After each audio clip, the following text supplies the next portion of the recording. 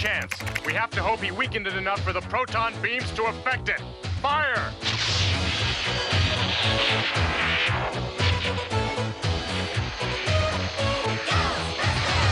This is on the podcast. We're talking fireplaces. That's right. We're going to talk about fireplaces on our the new podcast. Hey guys, what's going on? It's Band of the Nerds bringing you our second podcast today.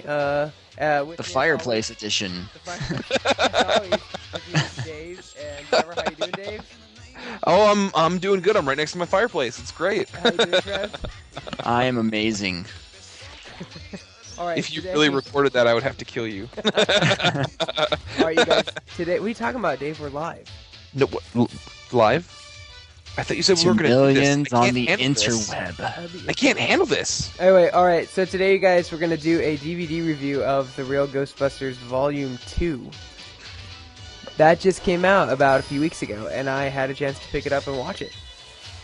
And? It's amazing. It's It's a lot of fun. If you were born in the 80s, it's just like a must-have. Do you guys remember watching this show when you were a kid? I watched it a little bit. I was born in '83, so when did it come out? Like in '89 or something? I think 80. It says on the back, 86 to 91 is when it aired. Oh man, yeah, I remember barely watching. I remember really wanting their really cool toys when I was little.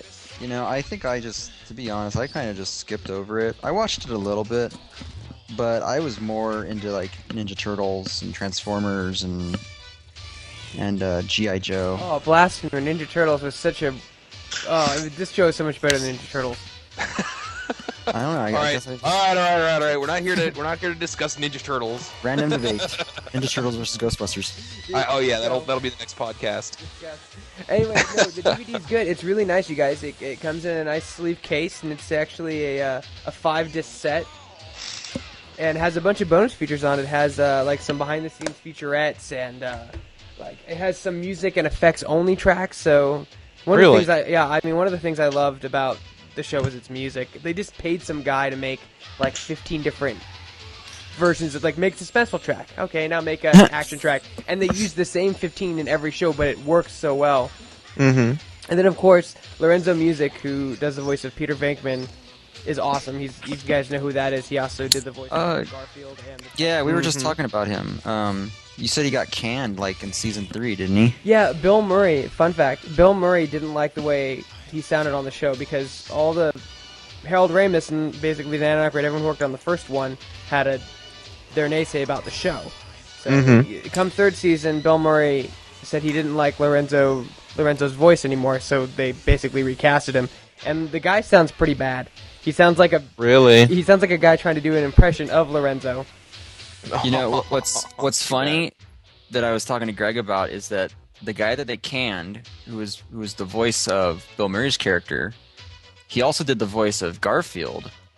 Bill Murray didn't like him, so he got canned. And then what is it, like over a decade later, Bill Murray's doing the voice of Garfield. That's right. That's right. That's pretty ironic. Little irony there. That's funny. Too funny. Well, one of the things that bugs me when especially during the 80s when a lot of these movies got transformed into cartoon shows for kids, the voice acting was usually pretty shoddy. I haven't seen it in a long time. What's the voice acting like? Oh, it's dead on. Everything's great. It's really. It's one of those shows where it's paranormal investigator. So basically, every show they're investigating some type of disturbance. So you can't really go wrong with that. Mm-hmm. There are some boring episodes. I found myself skipping through a few, but there was one on this that was really good about a old woman who comes to them because she thinks her attic's haunted, and they check it out, and you find out that her dad summoned some demon to make their wildest dreams come true. Couldn't control it, and they had to go up and there's some really good plots and stories in this second season. Well, Greg, that's you're surprising. You seem to be the resident Ghostbuster, guy. How many seasons did this show run? Oh God, it ran 86, 87, 88, 89, 90, 91, 7 seasons.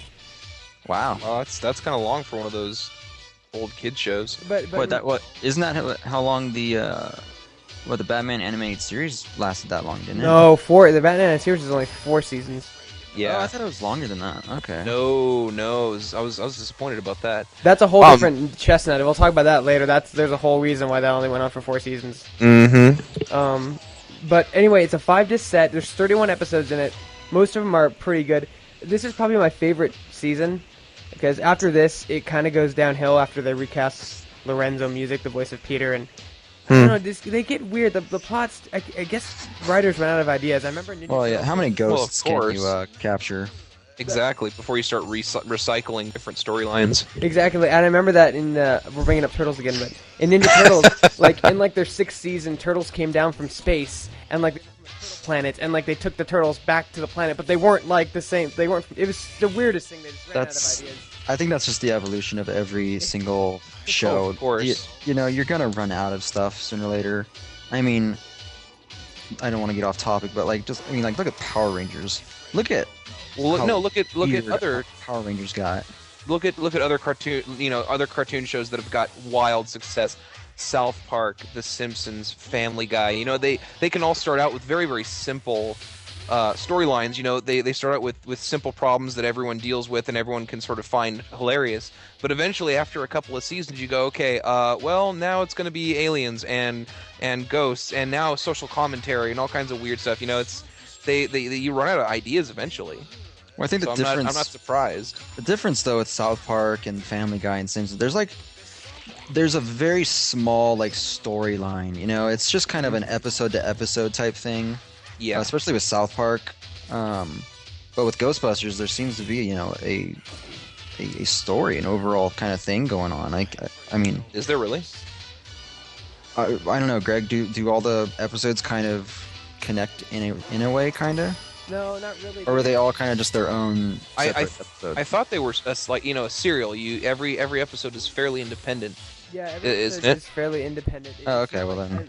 I don't remember episodes being in like conjunction until anime started becoming popular because anime was one big long storyline. Yeah, that they drew out and don't even get me started on anime. Caused to drag out over 80 different episodes. But that's a whole other point, a whole other discussion.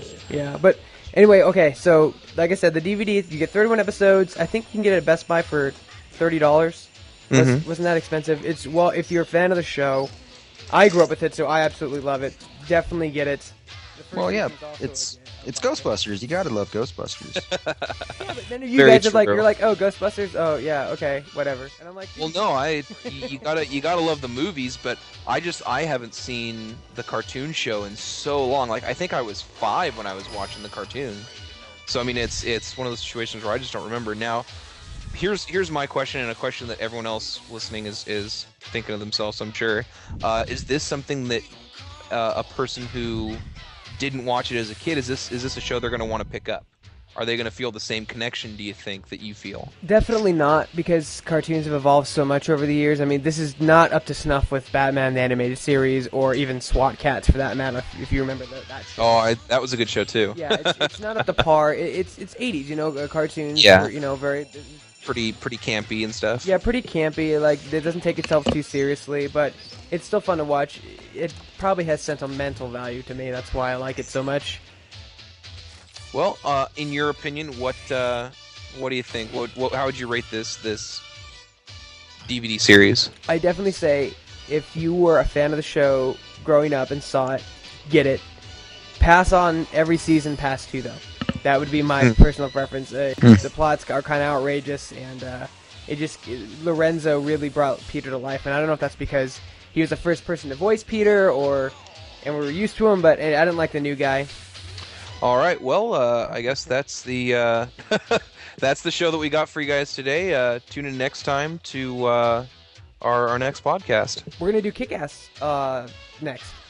Oh, that's right. Yeah, look forward to Kick-Ass. All right, you guys. We'll talk to you viewers later. Trev, Dave, always a pleasure. Of course. We'll see ya. We were the band of nerds.